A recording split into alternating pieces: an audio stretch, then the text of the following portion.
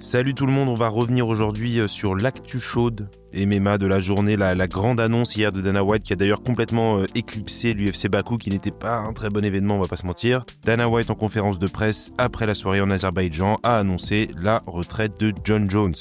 C'est une sortie par la toute petite porte pour lui. Bon, déjà, ça a été annoncé dans une conférence de presse un peu aléatoire en Azerbaïdjan, donc même pas sur un pay-per-view, même pas aux horaires américains. On ne sait pas si quelque chose est prévu pour lui rendre hommage plus tard, mais disons que vu les circonstances qui entourent sa retraite, j'en doute. Et évidemment, ce que j'entends par là, c'est tout ce qui s'est passé autour de son règne de champion des lourds depuis quelques années, et surtout ce qu'on apprend ce matin sur une nouvelle affaire qui le concerne. Il est de retour dans ses travers, dans ce qu'on a connu de pire de Jon Jones, et voilà, plus d'informations sur ça, peut-être à une date ultérieure. En tout cas, cette retraite a évidemment de grosses conséquences pour la division des lourds, mais on va y revenir dans un second temps, parce que avant ça, j'aimerais revenir sur Jon Jones très rapidement. La carrière et surtout la perception de la carrière de Jon Jones est très intéressante. On pourrait argumenter assez aisément d'ailleurs que Jon Jones est le meilleur combattant de tous les temps, et pourtant, sa réputation s'est effilochée au cours des années.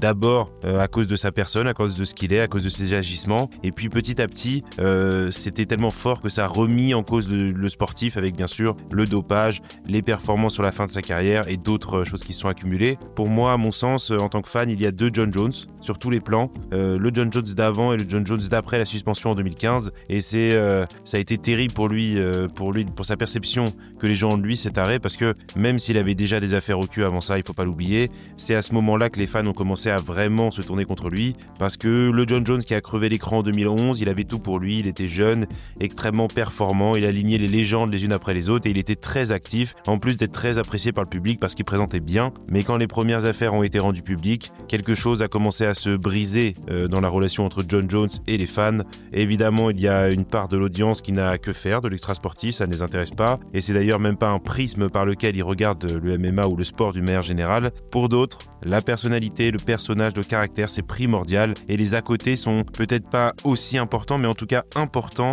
à un niveau qui n'est pas complètement éclipsé par ce qui se passe dans la cage. C'est mon cas, à titre personnel. Les agissements d'un sportif jouent nécessairement sur la perception que j'ai de lui, et Jon est devenu de plus en plus difficile à apprécier avec le temps. Surtout que même pour ses fans les plus endurcis, il y a un moment où la vie publique a déteint sur le sportif. Lorsqu'il a été suspendu, lorsqu'il a été moins bien performant après sa suspension de 2017, lorsqu'il a pris sa retraite après le combat contre Dominique Reyes, lorsqu'il a attendu le départ de Ngannou pour faire son retour, puis lorsqu'il a mis la division des poids lourds à l'arrêt complet pendant plusieurs années. Même pour ses fans les plus aguerris, ses plus chers défendeurs si on veut, c'est devenu de plus en plus difficile d'ignorer que Jon Jones n'était vraiment devenu plus qu'un impact négatif sur le sport, et beaucoup de personnes vivaient à travers le souvenir qu'ils avaient de lui en réalité. Et alors qu'il vient tout juste de prendre sa retraite, il le fait dans un océan de frustration et d'amertume autour de sa personne qui dessert et d'une certaine façon éclipse même complètement l'héritage qu'il aurait dû laisser au sport, parce que même si beaucoup de personnes veulent faire une relecture de son premier règne de champion à l'UFC, il reste indéniablement l'un des meilleurs combattants de l'histoire et l'un des plus champions les plus accomplis de l'histoire de l'UFC. Il a battu les meilleurs combattants de plusieurs générations, il est invaincu en réalité, et malgré toutes les astérisques, toutes les controverses et toutes les routes escarpées, il reste l'un des tout meilleurs. Je suis sûr que Dana White aura plein de journalistes ou de personnes qui lui questionneront sur ce sujet lors de la conférence de presse de l'UFC 317, donc qui a lieu la semaine prochaine. Et je suis moi curieux de savoir si son avis sur Jon Jones va évoluer, si les mots utilisés seront les mêmes maintenant qu'il n'essaye plus un peu de flatter son ego pour qu'il accepte d'affronter Aspinall. Si je dois résumer, Jon Jones est un combattant incroyable, dont la réputation personnelle et sportive s'est érodée avec le temps du fait de ses agissements, et uniquement du fait de ses agissements. Le dopage, les controverses, les violences conjugales, tout ça c'est lui, c'est personne d'autre. Il laisse un arrière-goût amer aux fans, et son départ se fait dans un timing catastrophique après des années de détérioration de son image publique en tant que combattant et en tant qu'humain. Le pont entre le public et lui est probablement rompu, ou du moins pas loin d'être rompu, et j'ai un peu peur de ce qu'il va faire maintenant, de ce qui va advenir de lui maintenant qu'il n'est plus un combattant professionnel. J'ai peur de ces frasques qui reviennent de plus en plus souvent dans les médias. Voilà, et c'est ce genre d'athlètes pour qui j'ai peur lorsqu'ils n'ont plus de but sportif et lorsqu'ils sont hors des rings et des tatamis. Voilà, c'est pas ce que je souhaite évidemment, mais c'est des craintes.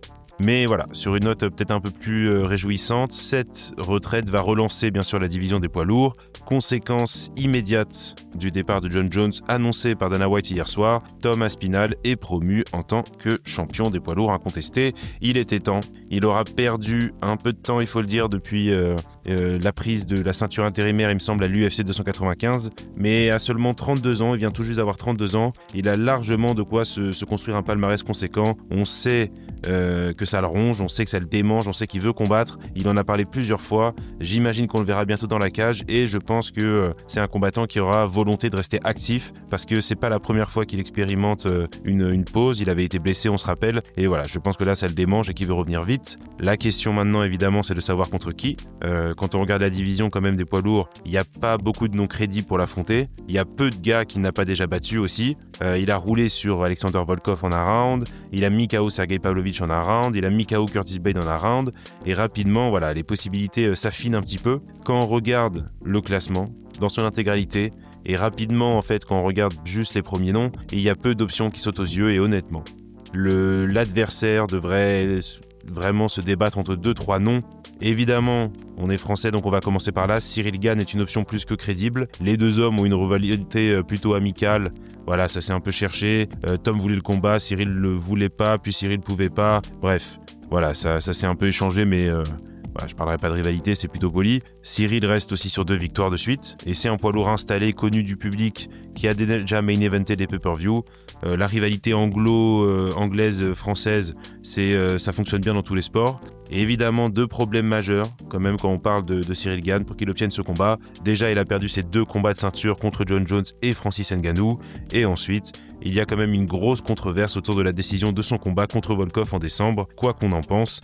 Mais voilà, ça pourrait être des bâtons dans ses roues. Volkov, lui, pourrait aussi être une option viable. Il était sur une série de 4 victoires avant son combat contre Cyril. Sa dernière défaite, c'était d'ailleurs Aspinall. Et Dana White avait lui-même indiqué après le combat qu'il pensait que Volkov méritait de remporter l'affrontement. Il est tout à fait possible que Dana White regarde ce combat comme étant une victoire pour Alexander et décide de lui accorder une revanche contre Tom Aspinall. Le problème, c'est que leur premier combat était un massacre et c'est que c'était il n'y a pas si longtemps que ça non plus. Tom Aspinall, il a joué avec Volkov avant de le soumettre et c'est difficile de donner beaucoup de crédit à Alexander avant une potentielle revanche, même si on va être honnête, c'est difficile d'accorder du crédit à quasiment tous les poids lourds du classement. Donc bon, ça devrait pas être une si grosse barrière que ça.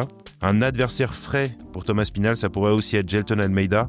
Le Brésilien, il est sur 2 succès de rang. Il a rebondi après sa défaite contre Curtis Blade à l'UFC 299 et il est extrêmement actif sur les réseaux. Voilà, il veut ce combat, il a été clair là-dessus. Problème pour lui, à mon sens, il lui manque quand même une victoire de référence. Voilà, il a battu aucun membre du top 5 actuel. Pire encore, il s'est fait mettre KO par le seul qu'il a affronté jusque-là et je pense qu'il a besoin d'une victoire supplémentaire avant de prétendre à ce combat. Quand on regarde le reste du classement des poids lourds, Pavlovich et Blades ont perdu il y a trop peu de temps contre Tom. Waldo Cortés Acosta a besoin d'une victoire ou 2 supplémentaires et rapidement en fait on est déjà au bout du bout chez les poids lourds et le reste des combattants ne vaut même pas la peine d'être mentionné, sans irrespect mais c'est juste le cas. Je vais pas mentir et c'est pas que par patriotisme mais Cyril reste à mon sens le poids lourd le plus crédible pour affronter un Aspinall.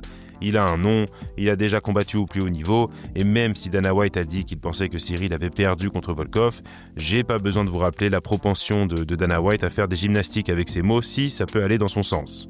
Il reste d'autres options un peu plus fantasques, bien sûr, même si Dana White n'a pas l'air intéressé, un retour de Francis Ngannou pourrait lui permettre de mettre sur pied un gros combat entre 2 poids lourds qui n'ont pas connu la défaite en MMA depuis longtemps. Après voilà, Dana White a dit plusieurs fois qu'il n'était pas intéressé, mais est-ce que c'est du bluff, est-ce que c'est réel? Seul le temps le dira, en tout cas, ce serait un très très gros combat. Et enfin, dernière option qui semble très irréaliste, même si elle était revenue plusieurs fois l'année dernière, c'est Alex Pereira. Ce qui semblait être une option un peu plus envisageable il y a peu et un peu tombé à l'eau selon moi lorsque le Brésilien a perdu sa ceinture contre Magomed Ankalaev.